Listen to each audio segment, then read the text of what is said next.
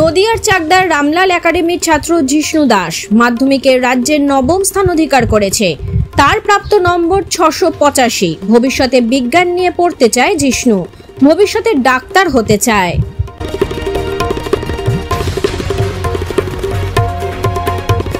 কি নাম তোমার? আমার নাম জিষ্ণু দাস। এই যে 9th হয়েছো, এর সাফল্যের পেছনে কি বলবে? কতক্ষণ ধরে পড়াশোনা করতে কি বলবে?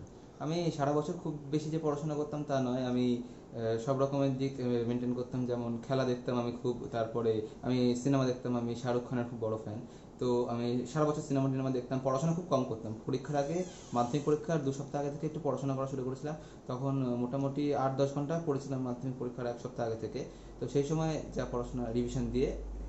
এই সাফল্যের পেছনে কাকে বলবে, কি বলবে? আমি সাফল্যের পেছনে আমার যে ইন্সপিরেশন, সেটা তো আমার মা।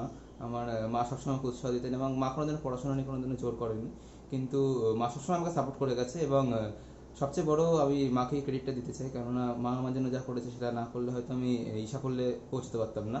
এবং সেই সঙ্গে আমি আমার বাবাকেও গুরুত্ব দিতে চাই, এবং স্কুল টিচার্স যারা রয়েছেন এবং যাদের কাছে আমি প্রাইভেট টিউটার যারা রয়েছেন তাদেরকে আমি এর পিছনে দেয়।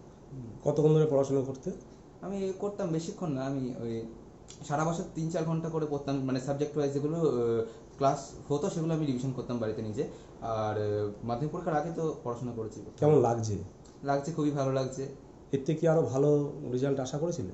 আশা করেছিলাম ভালো রেজাল্ট। এবার বোর্ড এক্সাম তো পাবলিক এক্সাম, এখানে কিছু বলার নেই। এবার কি নাম তোমার? জিষ্ণু দাস। কত হয়েছে র্যাঙ্ক? 9th। কোন স্কুলে পড়ো? চাকদার রামলাল একাডেমি।